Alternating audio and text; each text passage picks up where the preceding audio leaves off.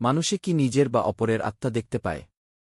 মনীষীগণ বলেন, পার্থিব জীবনে চর্মচক্ষু দ্বারা নিজের বা অপর কারো আত্মা অবলোকন করা সম্ভব নয়, কারণ ইহা অপার্থিব সত্তা।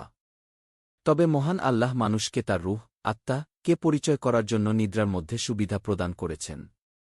আমরা যে স্বপন দেখি, তার মধ্যে অনেক কিছুই দেখতে পাই।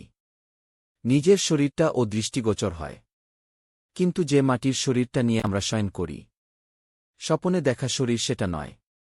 দার্শনিকগণের মতে সেইটাই আত্মা, রূহ। ঘুমের মধ্যে অনেক সময় স্বপ্নে মানুষে দেখে যে তাকে কেউ প্রহার করতেছে, অথবা কেউ হয়তো তাকে আনন্দ উপভোগ করাচ্ছে। মানুষের প্রতি সৃষ্টিকর্তার খাস অবদান এটাই যে সে মৃত্যুর পরে বর্জকী জীবনে কি পরিস্থিতির সম্মুখীন হতে পারে। সামান্য নমুনা বা নিদর্শন স্বপনের মাধ্যমে জীবনে তাকে অবহিত করা হয়, যাতে সে মরণোত্তর জীবনের শান্তি অথবা শাস্তি সম্পর্কে সচেতন হয়। মিশকাত নামক হাদিস গ্রন্থে বলা হয়েছে স্বপন ৩ ধরনের হয়ে থাকে।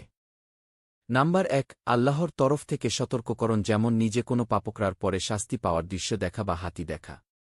এরূপ স্বপ্ন দেখলে নিজে ইস্তেগফার পড়া, তওবা করা ও সংশোধন হওয়া উচিত।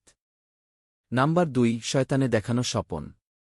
এরূপ স্বপনের মাধ্যমে বিশেষত যৌবনে স্বপ্নদোষ হয়ে থাকে, অথবা মারামারি বা ঝগড়া ফাসাদ ও দেখা যেতে পারে, অথবা অযোগ্য ব্যক্তিয়ে কোনো কেরামতপূর্ণ কাজ অথবা উচ্চ ধরনের সম্মানজনক ধর্মীয় কাজ সমাধা করতে দেখতে পারে, অথবা কোনো খাস অলিয়া ওকে স্বপনে এসে আশিস প্রদান করতে দেখতে পারে, অথবা কোনো মানুষকে সে নিজে কোরবানি করতে দেখতে পারে। এই ধরনের স্বপন প্রদর্শন করে শয়তানে মহাবিপদে ফেলতে পারে, অথবা মনের মধ্যে অমূলক বুজুর্গি এবং অহমিকার ভাব জাগ্রত করতে পারে। সুতরাং এ ধরনের কোনো স্বপন দেখলে কাউকে না বলা এবং তার উপরে গুরুত্ব না দেওয়াই উত্তম। নাম্বার ৩, তৃতীয় শ্রেণীর স্বপনের মধ্যে আপন চরিত্র দৃষ্টিগোচর হয়, যেমন কৃষকে স্বপনে হাল বায়, জেলেরা স্বপনে মাছ ধরে, ছাত্রেরা কিতাব পড়ে, নামাজিগণ নামাজ পড়েন ইত্যাদি। স্বপন দর্শকে যাই স্বপনে দেখুক না কেন, সে স্বপনে আমি বলে যাকে ভাবে, সেইটাই তার আত্মা। জীবের রূপে তার সামনে যা কিছু উদ্ভাসিত হয়, সেসব হয়তো শয়তান নচেত ফেরেশতা। স্বপন বা মুরাকাবার হালতে নিজেকে কোনো বুজুর্গের সুরতে দেখা যেতে পারে, অথবা কোনো বুজুর্গের সুরতও সামনে আসতে পারে। তা সন্দেহপূর্ণ হবে, কারণ শয়তানে নবীজি সাল্লাল্লাহু আলাইহি ওয়াসাল্লাম ছাড়া অন্য যে কোনো বুজুর্গের, এমনকি আল্লাহ পাকের নকল সুরত ধারণ করতে পারে। এভাবে সে ধোঁকা দিয়ে ভালো স্বপন প্রদর্শন করে গোলাম আহমদ কাদিয়ানীকে কাফেরে পরিণত করেছে। তাছাড়া হাজার হাজার বেদাতি বুজুর্গদেরকে ও জাহান্নামী বানাচ্ছে। মোট কথা, স্বপন যে সবটি বাতিল তা বলা বা ধারণা করা ঠিক নয়, আবার সবটি যে সঠিক তা বলারও সুবিধা নাই। সুতরাং নিজস্ব কল্পনা বা স্বপনের উপরে নির্ভর করে কোনো রূপ এবাদতের দেওয়া বা তার উপরে আমল করা বেকার হওয়ার সম্ভাবনাই বেশি।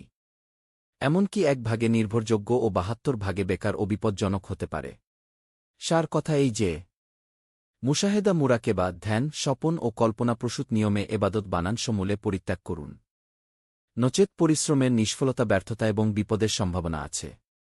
আরও লক্ষ্য করুন, এখলাসের সাথে সর্বক্ষেত্রে সুন্নতে নব্বীর উপরে দ্বিধাহীন চিত্তে আমল করুন, তাতে নিষ্ফল বা বিপদগ্রস্ত হওয়ার বিন্দু মাত্র সন্দেহ নাই, আশঙ্কাও নাই। পুণ্য হাসিল হওয়াতে ও কোনো সংশয় নাই। আল্লাহ তাআলা সবাইকে শোনা ও মানার তাওফিক দান করুন, আমিন।